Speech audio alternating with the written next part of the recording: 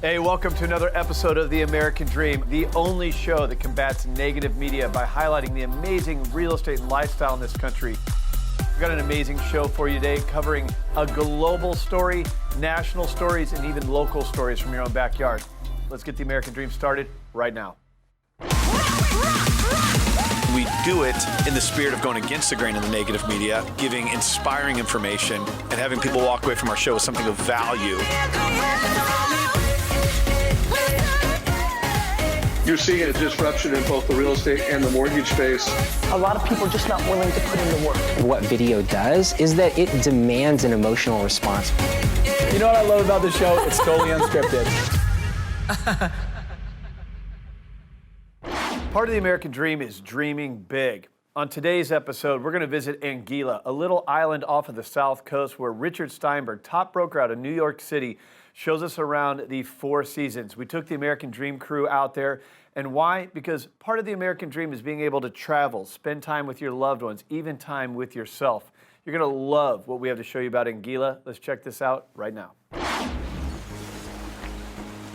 The American Dream for years has been defined as something we achieve through sacrifice, risk-taking, and hard work. But in newer times, people have come to realize that the American Dream is also a matter of time.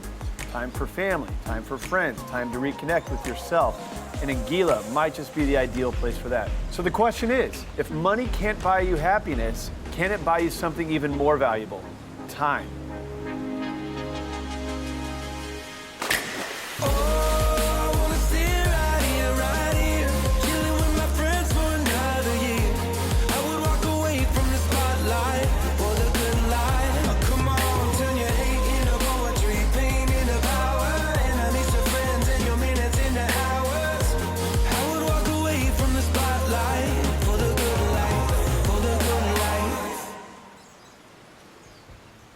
As we pull up to this Four Seasons, the first thing you think is how beautiful it is. You come through these big gates, you see these amazing villas, and they park the car, and from there on out, it's golf carts only throughout the resort. As I'm walking up to the Four Seasons for the first time, I realize I have never seen a resort like this. It's so clean, it's so modern. There's not a door in the hotel or resort. It's just open air. You know, it's a place that like only a climate like this could afford for. When you walk around the resort, the colors that you see are always like a blended tone of beige, grays, whites, and then that's a backdrop against the turquoise that you see in the ocean and the sky. It almost doesn't look like it's real. You just get hit with this feeling of just calm and serenity, where you look out over this beautiful ocean and all of a sudden like everything just slows down immediately and you're in paradise. Something about me and you that makes it work like we do, so unpredictable. You know, we're bringing Anastasia Ashley along on this trip because Anastasia Ashley has become a voice for beach living and ocean living all over the world. You know, millions of people follow her all over social media as really an expert in what the best beaches, the best surf breaks, the best coastal lifestyle is. And so we thought at the American Dream, bringing Anastasia Ashley into this, we would give people a glimpse not only into the Four Seasons Anguilla, but bring not just experts in real estate, but experts in lifestyle.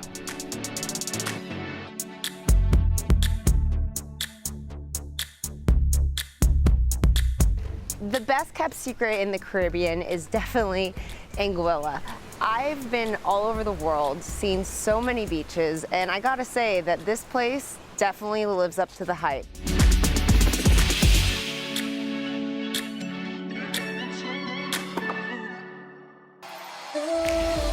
We have the most amazing beaches in the world. What I'm going to do, I think, is take you on a tour. Well, I hope you're enjoying the show in Anguilla, but let's not forget, it's called The American Dream for a reason. Let's talk about our country. This is a national TV show that highlights cities all across the country. Let's go check out what's happening in your backyard right now.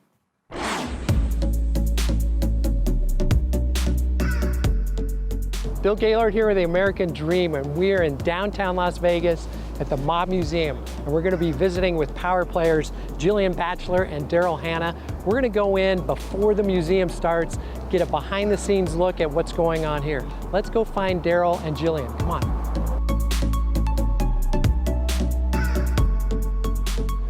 Hello, I'm Hanna. And I'm Jillian Batchelor with the Batchelor Group, and today we are so excited because we're coming to you from Las Vegas at the very famous and infamous Mob Museum, and we are with our special guest, Jeff Schumacher, who is the Senior Director of Content here at the Mob Museum. Jeff, thank you so much for your time today. Thank you for We having appreciate me. you being with us. Absolutely. So this is the original federal courthouse and post office for Las Vegas. It opened in 1933, just 2 years after they started building Hoover Dam. Wow. 2 years after gambling was legalized in Nevada. So this was a really, really busy time in Las Vegas. They opened this building on what was then the edge of town. It's now in the middle of downtown Las Vegas. Center, but at the time, it was way out in the boondocks, at least they thought so. Las Vegas built a reputation during the 1920s and 30s as a place that could be a place where the mob could make some money. The mob built most of the casinos, not all, but most of the casinos in Las Vegas in the 50s and 60s. It developed what we now call the Las Vegas Strip. Love It it. developed all the traditions and practices that we know about Las Vegas, the customer service and the comps and all of the things that guests appreciate about the town. And also brought in massive amounts of entertainment. So the best entertainers in the world came to Las Vegas. So really the mob is the ones that actually helped develop Las Vegas as we have today. Absolutely, they played a huge role in the casino industry. They weren't so much involved with atomic testing, right, or other things like that. Integrally involved with, building the casinos, building the hotels and the resorts and the entertainment industry. It's a great city history, and we really celebrate that here at the Mob Museum. We acknowledge there's a dark side to this history, but we acknowledge it's part of our history and we embrace it, right? I mean, we don't think we should hide from it. I think we should be proud of it. Las Vegas mob history wouldn't be complete without seeing some historic Las Vegas real estate. So today we are in Rancho Bel Air, right next door to Rancho Circle. And these two amazing historic communities have been known to be home of some major names like Elvis, Diana Ross, Frank Sinatra, Liberace, and the one and only Bugsy Siegel. So Daryl, tell us where we are at today. What are we gonna see? Well, today we're at 2505 Windjammer, and let's go check it out. Let's take a look. The entire home has been renovated. It's a mixture of both modern but also some traditional. They've done a lot to keep the historical features of the home intact. Over 6,500 square feet, 6 bedrooms, 6 bath. Walking into the game room now, which is, the owner did a lot to preserve like these arched windows going out to the pool area. Yes. And you see so many people will take the time to put in like sliders and modern stuff, but they really kept it natural. The historic feature, and then this kitchen is amazing. I'm dying for this kitchen right now. The entire home has been remodeled, but this kitchen had a lot of renovations done to it with the marble countertops. I love that they updated the cabinets. They did that cool, modern, kind of eccentric feel, but they left the history in it too. All right, so Jillian, we're here in the favorite part of my house, the pool spa area. This is a great spot for entertaining. You can have all your friends over, do barbecues, pool parties. I'm loving it. Absolutely. And where else in Vegas do you see this? Nowhere. I don't know. It really is truly one of a kind. Well, I'm gonna do a triple gainer off this diving board real quick. Let's do it, buddy. All right, let's go. Not this time. That's a wrap.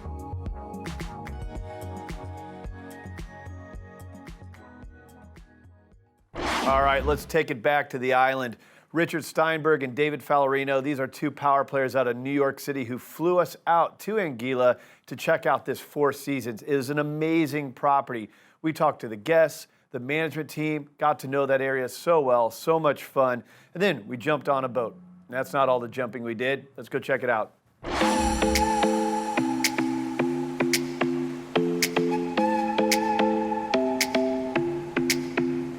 We're here with Jose, who's the general manager of the property and the best general manager in the Caribbean. Jose, welcome to the show. Thank you. Tell us a little bit about this property, and I know you stay here personally, and what makes it so amazing, and how do you do it? Well, it's no secret that people love coming to Anguilla because we have the most amazing beaches in the world. but what makes it really special are the Anguillans. The Anguillans have a big heart, and generations of visitors have continued to come to Anguilla because they made connections with the people here. Yeah. And they keep coming back because they want to continue to see those people and see their kids and see how they've grown throughout the years. And they feel like they're part of family. So one of the things that we like to say for our property is, we want you to feel like you belong.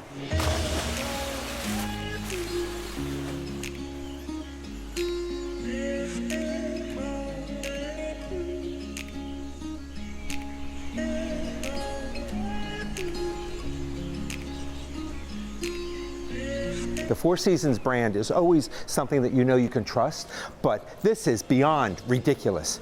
Walking down the pathway, we're going to go to the Sunset Lounge. Look at this. No walls, no doors. Everywhere you look is the blue ocean.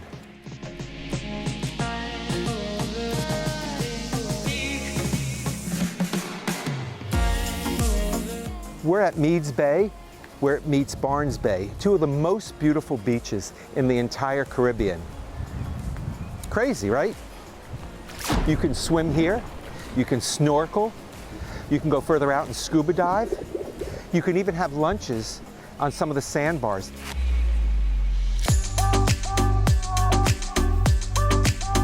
The Four Seasons is incredible and has a stellar reputation all over the world.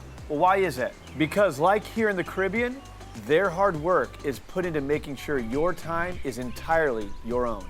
Their core belief is that life is richer when you truly connect to the people and the world around you.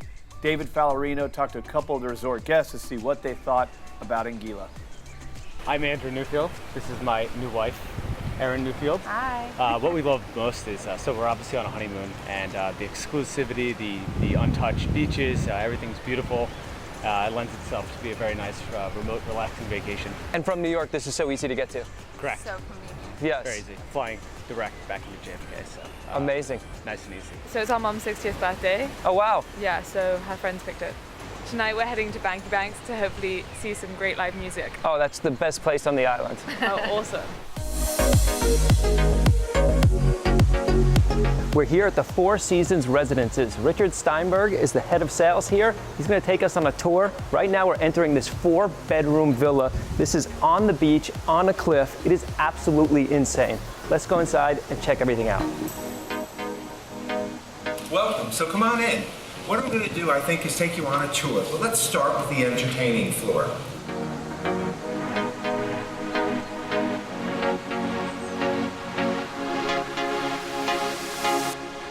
So you have your swimming pool and your jacuzzi.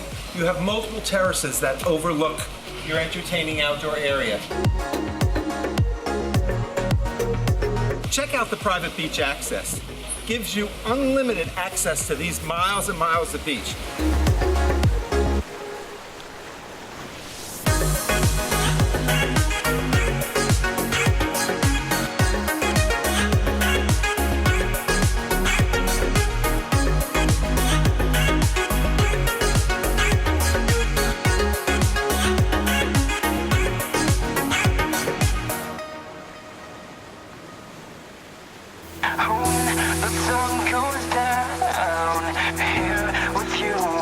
Anguilla's laid-back culture is second to none, and we decided to take full advantage of it by taking a boat tour around the island and enjoying the views while in good company with loved ones. I'm making memories with you. All of the stupid things we do. We may be young, but we are wild and free, making memories. We made a pit stop at a spot famous for cliff diving. However, not all of us were brave enough to try. I don't think I have to tell you that I didn't do it, because there's no way. I'm afraid of heights. So I didn't do it. But even to watch the people climb up and jump is really cool. Somebody had the bright idea of jumping off of a cliff. I didn't do it. I didn't partake. It was high. You know, I'm scared to jump off the cliff. I don't know if it's because, you know, I've got a little bit of a dad bod this year, or it's because I'm not 100% certain that I can jump off a 50-foot cliff and land feet down. Of course I jumped off the cliff. You only live once. Look, if Anastasia Ashley can do it, and Randy Sowers, my fiance, can do it, I sure as hell am gonna climb up on that cliff and jump off.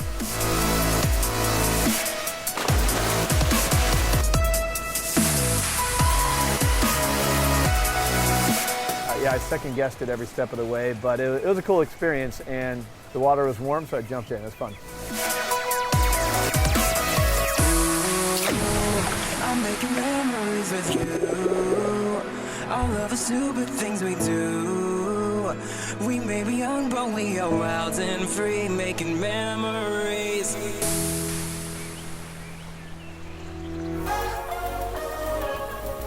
After a long day on the boat, it's time for some lunch. And what better place to do it than Sandy Island? This island opened in 1984 and was originally just a little shack with a basic grill and a cooler to keep the drinks cold. Today, Sandy Island has a fully functional bar where you can get all the well-made rum punches you want, and the seafood is freshly caught same day and straight to the grill. Jojo, where are we? Sandy Island. Sandy Island. Got some mai-mai, some crayfish, and some shrimp. Jojo, what's authentic Caribbean cuisine? Crayfish. Crayfish? Yeah, indigenous St. Louis. And who comes through here? Everybody. Stars, singers, basketball players, football players, everybody. And the only way to get here is by boat? By boat.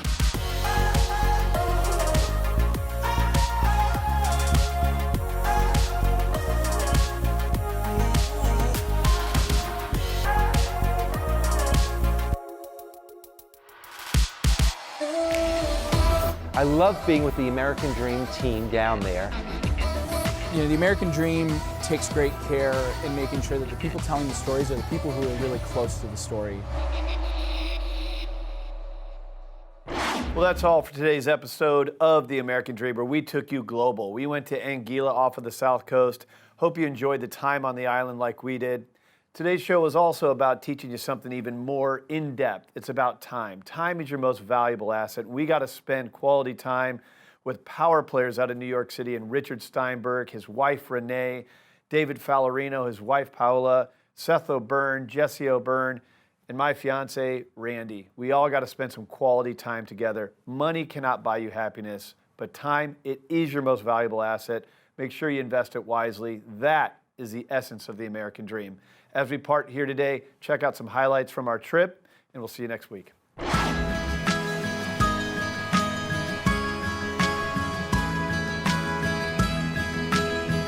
So my favorite part about Anguilla has to be the Four Seasons Sunset Lounge, which may be my favorite outdoor place at any hotel in the world that I've been to. I mean, this place is magical. You just go there, you hang out with friends, you can eat, you can drink, watch the most beautiful sunset, which it seems like in the world, and it is magical.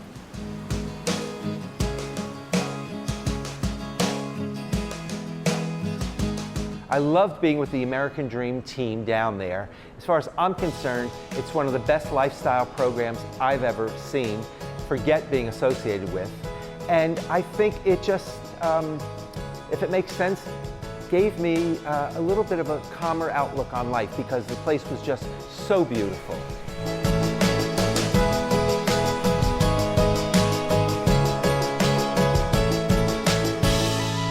You know, this is such an exciting way to market new projects like this because, you know, the American Dream takes great care in making sure that the people telling the stories are the people who are really close to the story.